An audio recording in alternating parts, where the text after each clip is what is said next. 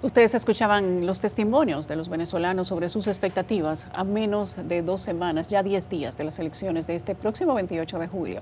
Es la contienda más difícil en años para el gobierno de Nicolás Maduro. Su principal rival, Edmundo González, encabeza las encuestas por más de 30 puntos.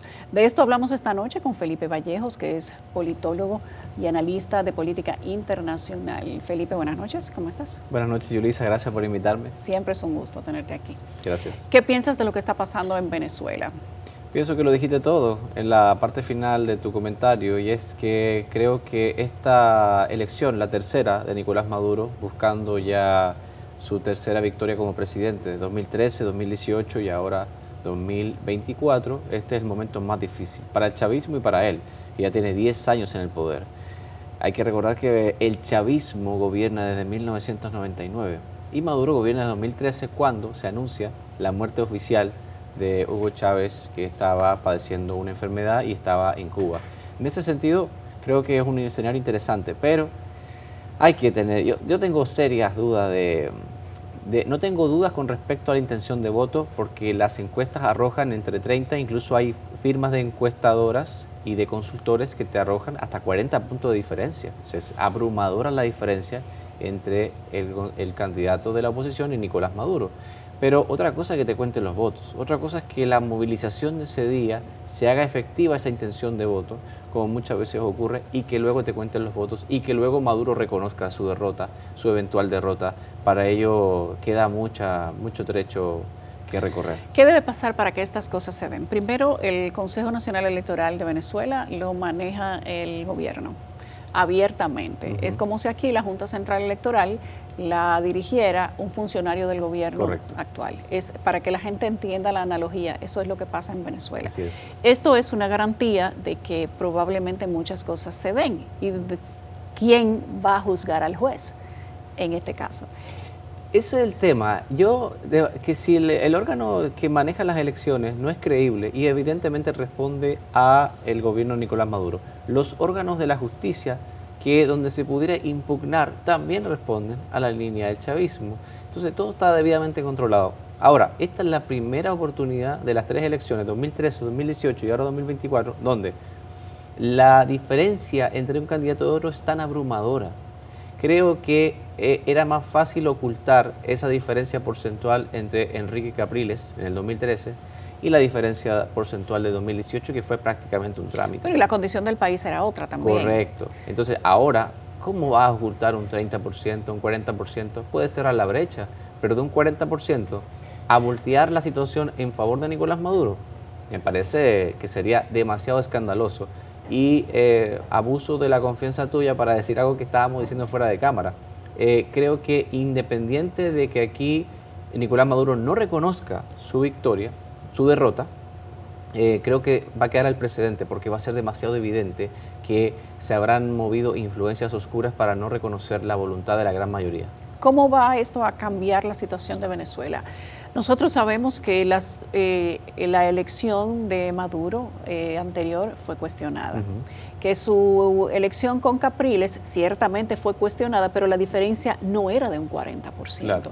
Y esto podía hacer dudar, inclusive a la comunidad internacional. En este momento, hablando de 30, 40 puntos y de la situación que es tan evidente en la sociedad venezolana, pues yo creo que va a ser mucho más marcado y se podría hablar de cosas que no se podían decir en el pasado por la brecha que había entre ambos candidatos.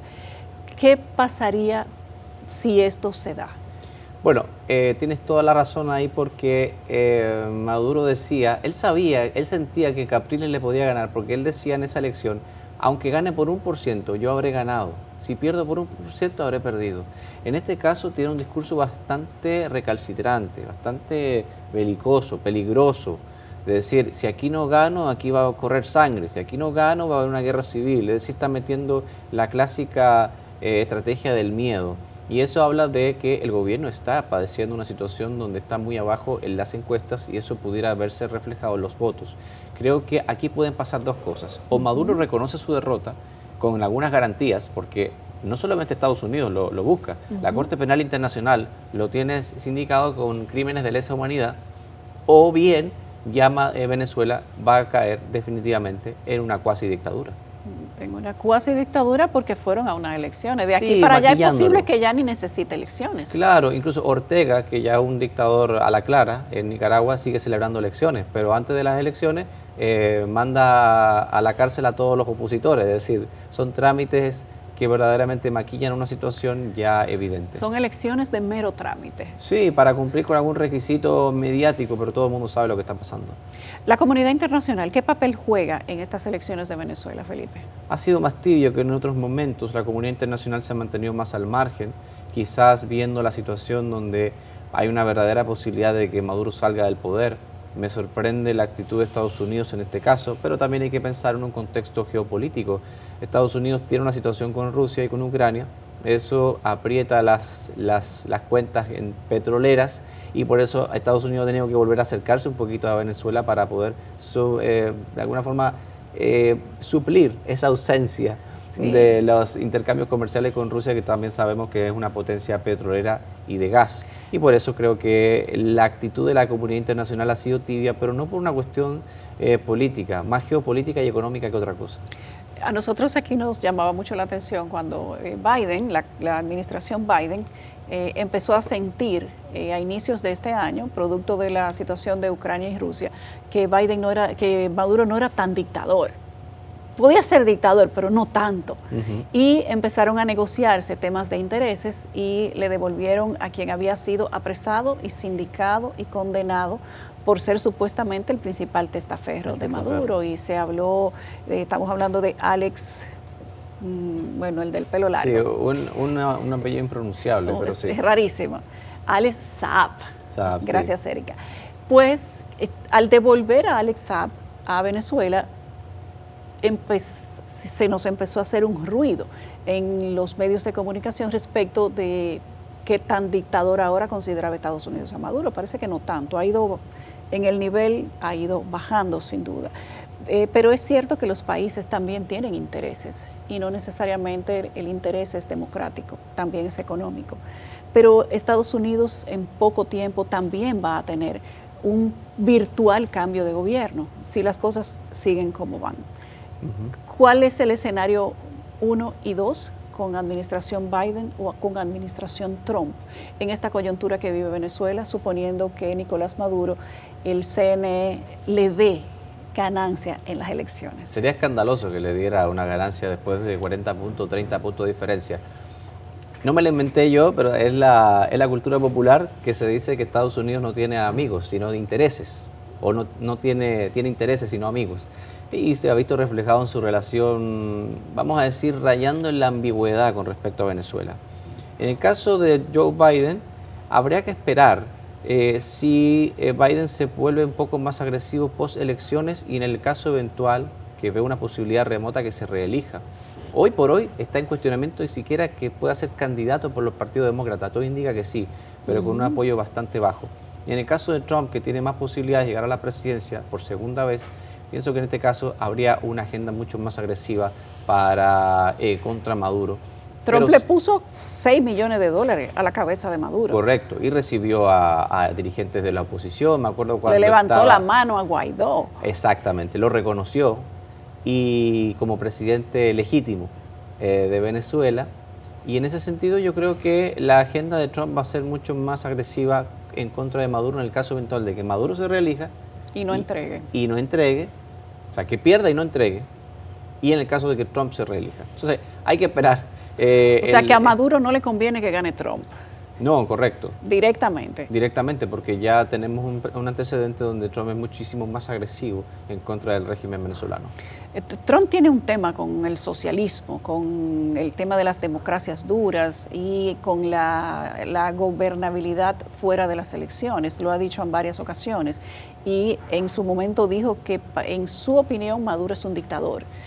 Algo quizás poco diplomático en voz de un presidente de Estados Unidos, y en aquel momento eso llamó mucho la atención. Fue entonces cuando dijo que la cabeza de Maduro valía $6 millones para cualquier ciudadano que se la quisiera llevar. Que lo capturara.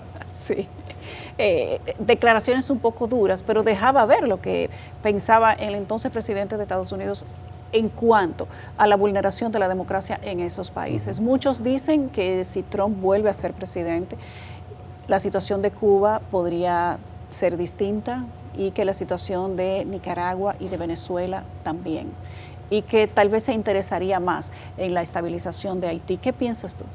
Yo pienso que con respecto a Haití, Trump no mostró mucha preocupación, más que una convocatoria aquella en Florida, ni siquiera en la Casa Blanca. No sé si recuerdan, incluso el presidente Danilo Medina asistió a esa reunión donde se habló un poco de los temas. No habían matado al presidente de Haití todavía. Y había una situación ahí, el presidente convocó a varios presidentes del Caribe, incluyendo a la República Dominicana. Pero eso se volvió a hacer luego, ¿no? ¿Verdad? No, incluso nunca hubo una recepción en la Casa Blanca, sino que hizo una reunión ahí en Florida, que es donde tiene su residencia oficial el expresidente Trump.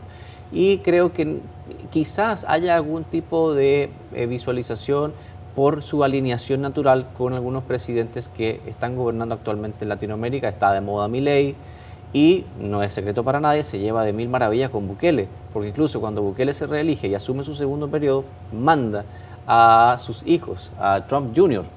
Y Bukele, ni tonto ni perezoso, sube videos en sus redes sociales, ni siquiera con los oficiales del gobierno de Biden, sino con los hijos de Donald Trump. Entonces hay una alineación natural ahí y hacia la derecha. Y eso obviamente es un bloque que va a ejercer una presión, particularmente sobre Venezuela. Sobre Venezuela.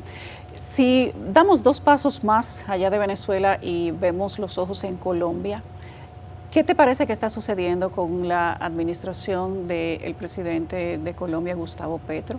Este supuesto financiamiento que se ha descubierto con los contratos de la ELN durante todo el día de ayer, y cómo esta alineación entre países y presidentes que parecen tener una línea fuerte de izquierda va componiendo un mapa geográfico distinto, visto desde aquí, desde el Caribe, que hemos salido hace mucho de gobiernos de dictadura y que entendemos que el sistema democrático debe ser lo que prevalezca. Claro, Petro tiene demasiados problemas en la casa como para estar mirando hacia afuera, no sale de un escándalo, las reformas no terminan de avanzar porque tiene mucha oposición en el Congreso, por ejemplo la reforma a la seguridad social, la reforma económica.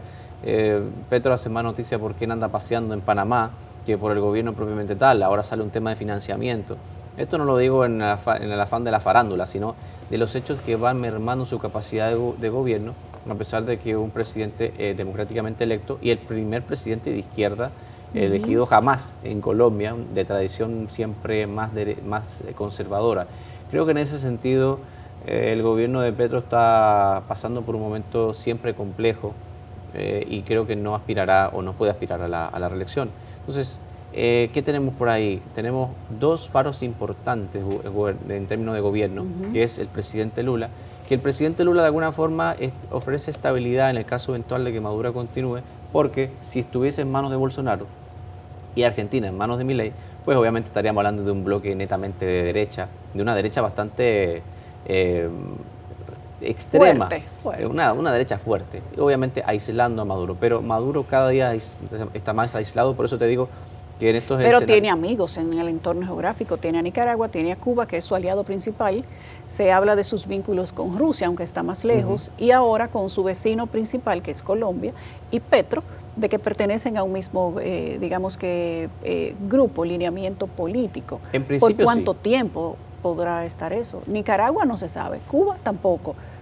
Colombia es el que tiene quizás un poco más de claridad, aunque no sabemos si la política de Petro cambia en lo que le queda de gobierno. Sí, ha variado, se ha estabilizado en el tiempo. Al principio sí se trató de enviar un mensaje como de amistad, de hablemos, lleguemos a ciertos acuerdos, pero con el tiempo se ha ido distanciando Petro de Maduro.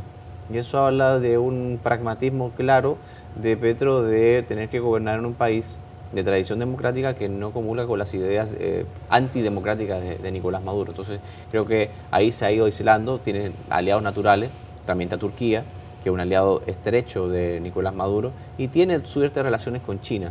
Pero aquí en la región, en el patio, se ha ido quedando sin amigos Maduro, y creo que por eso te hablo de que hay dos escenarios muy distantes entre sí en Venezuela. O Maduro sale y reconoce su derrota, o esto claramente ya cae en la categoría de dictadura. Si, sabiendo cuál es la situación que tiene el Consejo Nacional Electoral de Venezuela, administrada por una persona cercana a Nicolás Maduro, si Maduro no reconociera una eventual derrota, no tenemos una bola mágica para saber que ciertamente va a ser así, pero se ha inhabilitado una cantidad de ciudadanos venezolanos importante. Hay 7 millones de venezolanos en el exilio, pero solo 1 millón está habilitado para votar. Y tienen que ir a Venezuela a votar. O tienen que registrarse, lo cual ha sido imposible. Y el sistema para registrarse está prácticamente imposible. Se ha hablado del 69.18 de venezolanos en el exterior que podrían votar, y cerca de 8 millones, que es el segundo mayor éxodo de personas de un país que pueden estar en el exterior. Todos estos números, ¿cómo se ven en una coyuntura electoral? Crítico. Primero porque Maduro sabe que la diáspora sería 10-1, la diferencia sería abrumadora en su contra. Se habla, el New York Times en semanas recientes publicó unos artículos donde establecía, según los distintos especialistas que había consultado sobre Venezuela, que hay alrededor de 3.5 a 5.5 ciudadanos venezolanos en el exterior habilitados para votar, que podrían votar. Y esa palabra es clave, porque de poder se pueden, pero otra cosa es que le permitan, claro, que le dejen. Y hasta hace 2 semanas, Yulisa, habían prácticamente 69.000 de esos 3.5 millones debidamente registrados para votar. O sea, una cantidad ínfima. El gobierno ha puesto trabas burocráticas con la clara intención de impedir que la diáspora pueda ejercer su voto de manera sin inconvenientes, porque sabe que ahí está derrotado. Si está derrotado a nivel interno, en Venezuela, según las encuestas de intención de voto, imagínate lo que está pasando en el exterior, producto de que toda esa diáspora, en gran medida, del 99 a la fecha, ha ido saliendo, producto de la situación política con las ramificaciones sociales y económicas consecuentes. Tenemos un video de Nicolás Maduro y uno de María Corina Machado, que vamos a compartirlo con ustedes. En el video donde Maduro habla de que si él no gana, pues la oposición, que es muy violenta, dice él, o sea, el violento no es el gobierno, sino la oposición. No. Y que qué va a pasar en Venezuela. Y luego vamos a ver el video de María Corina, de cómo dice que amaneció, cuál es su situación y de cuál es el último evento esta mañana. El 28 de julio, si no quieren que Venezuela caiga en un baño de sangre, en una guerra civil fratricida, producto de los fascistas, garanticemos el más grande éxito, la más grande victoria de la historia electoral de nuestro pueblo. Hoy es 18 de julio, estamos a 10 días del 28 de julio. Estoy en la ciudad de Barquisimeto, donde pernoctamos viniendo de Portuguesa hacia Caracas. Y así amanecieron nuestros vehículos. En una urbanización privada, con vigilancia, de noche. Así amanecieron nuestros vehículos. Aquí está la lata de pintura de aceite que usaron para dañar nuestros vehículos.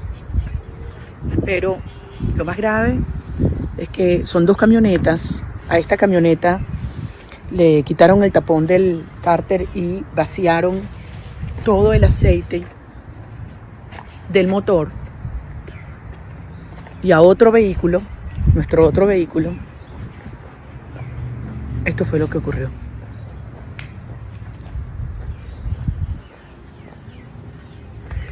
Si vemos por debajo del vehículo, nos damos cuenta que cortaron las mangueras de los frenos. Ahí está la liga de freno. Ahí se ve.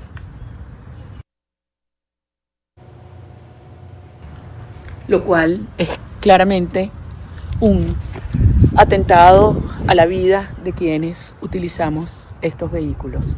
Esto está pasando aquí hoy, a 10 días de la elección presidencial del 28 de julio, pocas horas después de que fue secuestrado nuestro jefe de seguridad, Milcíades Ávila. Hoy es 18 de julio. ¿Qué opinión tienes sobre lo que has visto? Del discurso de odio, de violencia, a la violencia Guerra física. civil fratricida. No, el discurso de Maduro habla del momento que él mismo vive como un candidato presidencial y de las consecuencias que esto pudiera tener porque pasar de la violencia, del discurso violento a la violencia física es un momento. Si no, pregúntale a Donald Trump y pregúntale a Joe Biden, que se enfrascaron en un debate donde las posiciones cada día están más polarizadas y vemos a un Estados Unidos con una democracia sólida, de que un expresidente y posible nuevo presidente de los Estados Unidos sea víctima de un atentado contra su vida, que salvó de milagro, me parece que es la muestra viva de cómo del discurso se puede pasar a la acción en un segundo. Y creo que lo que habla Maduro de su discurso de guerra civil es metiendo el miedo clásico de o me dejan en el poder o aquí no me voy a ir, por las buenas no me voy a ir. Es lo que está diciendo Nicolás Maduro. Y creo que eso es peligroso. Y la comunidad internacional quizás con su tibieza tiene una actitud, digamos, moderada increíblemente, cuando debiera estar apretando la tuerca, pero quizás a la espera de que Maduro finalmente desista de permanecer en el poder en contra de la voluntad de los venezolanos. Creo que el día de las elecciones, el 28 de julio, hay que estar muy atento y la comunidad internacional debe estar muy atenta, no solamente para que se cuenten los votos, sino que para que se preserven vidas. Porque aquí puede pasar una situación donde la atención propia de abandonar el poder en contra de la voluntad de la gran mayoría de los venezolanos y de la resistencia propia del gobierno de Maduro, aquí hay un ente del cual se está hablando poco, pero que va a ser fundamental para preservar la estabilidad y que se respete la voluntad de los votantes venezolanos, y son las Fuerzas Armadas. Ahí está la clave para mí. Las Fuerzas Armadas de Venezuela. Las Fuerzas Armadas de Venezuela. Pero las controla Maduro. Correcto, pero todo final de gobierno y todo final de régimen comienza desde adentro. Si las Fuerzas Armadas hoy saben que Maduro no tiene ninguna posibilidad de vencer y que aquí puede correr sangre, que aquí pueden haber muertos, que aquí puede haber una catástrofe social, una guerra civil, pero no producto de la derrota de Maduro, producto de la resistencia de Maduro a abandonar el poder por las buenas, entonces en las manos de las Fuerzas Armadas está la responsabilidad de obligar a Maduro a que se respete la voluntad popular y obligar a Maduro a impedir que corra sangre en vista de que no se haya respetado, que la gran mayoría lo quiere fuera del poder. La denuncia de vandalismo y de saboteo a los vehículos de María Corina Machado. ¿Qué mensaje manda esto? Bueno, un mensaje de estamos pisándote los talones, te estamos respirando la nuca, te quitamos tu jefe de seguridad, te alteramos tus vehículos. Es decir, de aquí a los 10 días, la vida de María Corina está expuesta, así como de su candidato presidencial. Y creo que va a ser fundamental que preserven su integridad física, porque de nuevo, una cosa es jugar con fuego, otra cosa es quemarse. Creo que aquí llegar al límite de poner vidas en riesgo o quitar una vida, quitarle la vida a María Corina o quitarle la vida al candidato presidencial, aquí se puede prender, en Venezuela se puede prender rápidamente una situación contraproducente para el gobierno. ¿Qué pasaría en Venezuela si pierde la vida María Corina Machado? Es una posibilidad dentro de la circunstancia que tiene y la coyuntura, tanto de Urrutia, pero porque es el candidato presidencial, pero el motor detrás de Urrutia se sabe que es María Corina Machado. ¿Qué podría pasar materialmente? Colapso de la situación a nivel social. Le están jugando con el miedo. Me parece que Maduro conoce los límites a pesar de todo. A pesar de que parezca que no los conoce. Porque si no, hace rato la hubiese encarcelado, la hubiese perseguido, hubiese provocado alguna desgracia. Está jugando con fuego, pero no se está quemando todavía. Es decir, le está avisando, la está amedrentando, le está acercando, pero todavía no ha entrado en esa fase, y esperemos que no lo haga, de atentar contra la vida directamente. Gracias, Felipe. Qué Gracias, gusto Yulisa. siempre tenerte aquí.